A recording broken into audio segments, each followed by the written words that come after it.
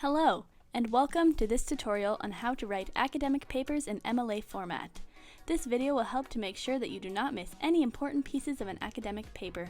First of all, you need to open a Word document on your computer. My computer has a little apps menu down here.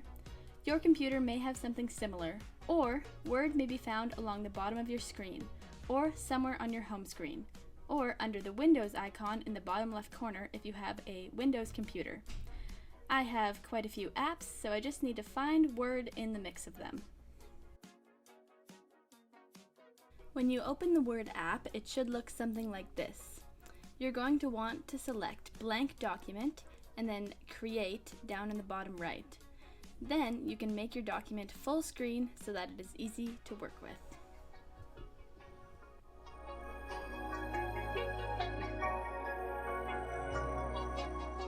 First, you must make sure that your page is the correct size.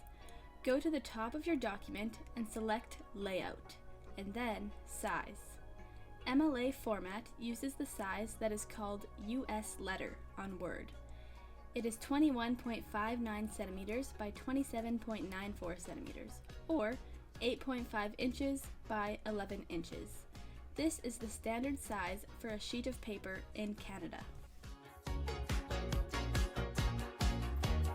Next, you will need to make sure that the margins, or the blank space on the edges of your paper, is the correct size. Here, you will need to select Layout again.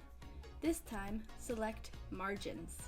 For MLA, the one that you want is called Normal on Word. Double check that it is 2.54 centimeters or 1 inch on each side.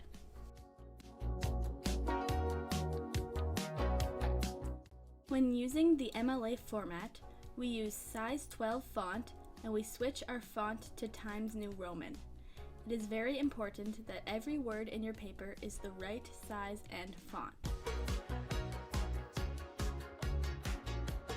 The last thing we need to do before we can begin writing some things is make sure that our writing will be double spaced.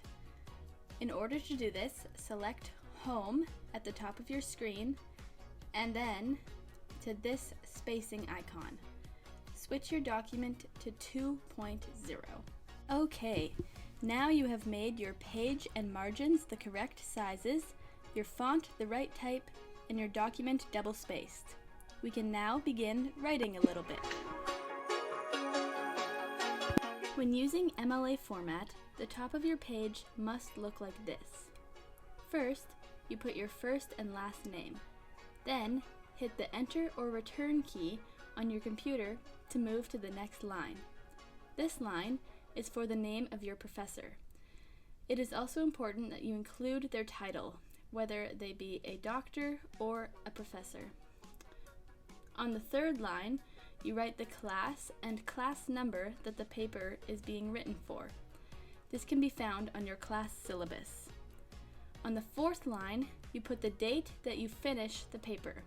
Write the day and then month and then year with no punctuation in between. Your title goes on the fifth line, so you will only hit the Enter or Return key one more time. You also need to have your title centered, and you can do so by pressing this text centering icon up here. Make sure that your title is not too far down. Your title should not be in all caps, or italicized or bolded. Notice how in this title, all of the words are capitalized except for this preposition. Prepositions and articles are only capitalized if they are at the beginning or if they have 4 or more letters.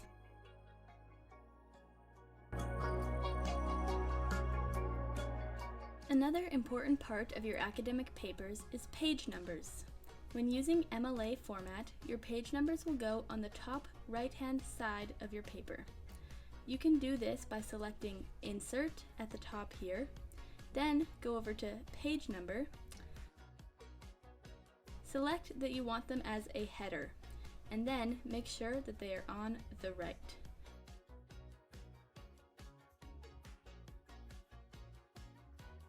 You will then select them by double-clicking on the page number and adding your last name before the page number.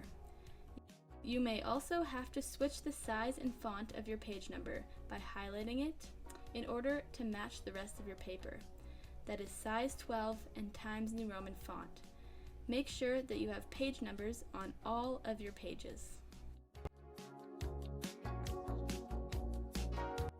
You will now begin writing your paper. Each time you start a new paragraph, you must indent. You do this by hitting the Tab key on your computer. Every paragraph must begin with an indent.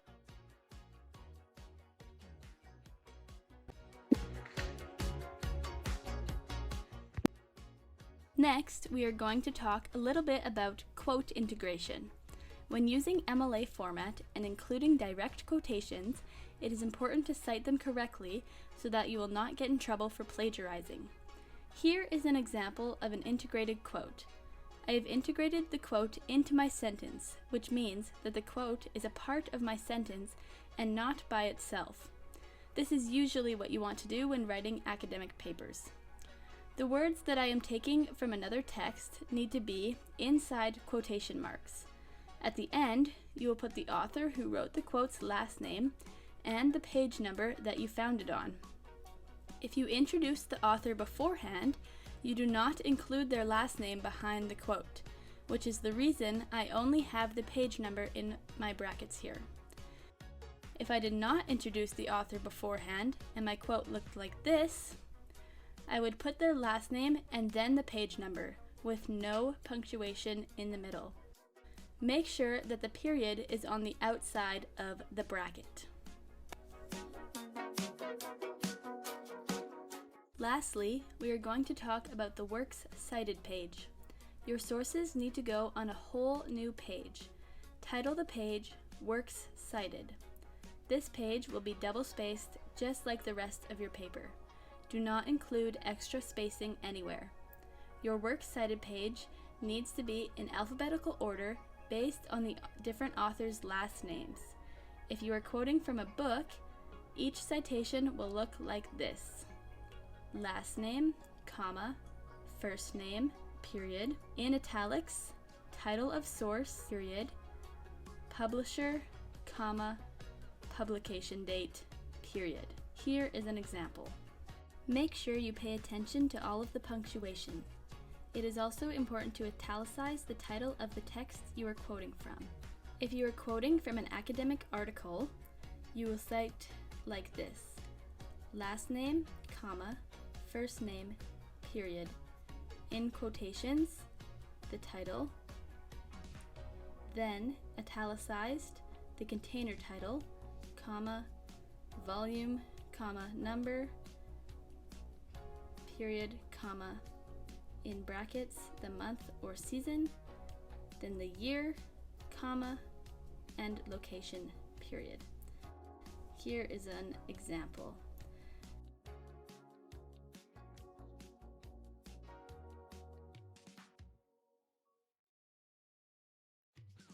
Thank you so much for watching this video, and I hope that it will be helpful for you.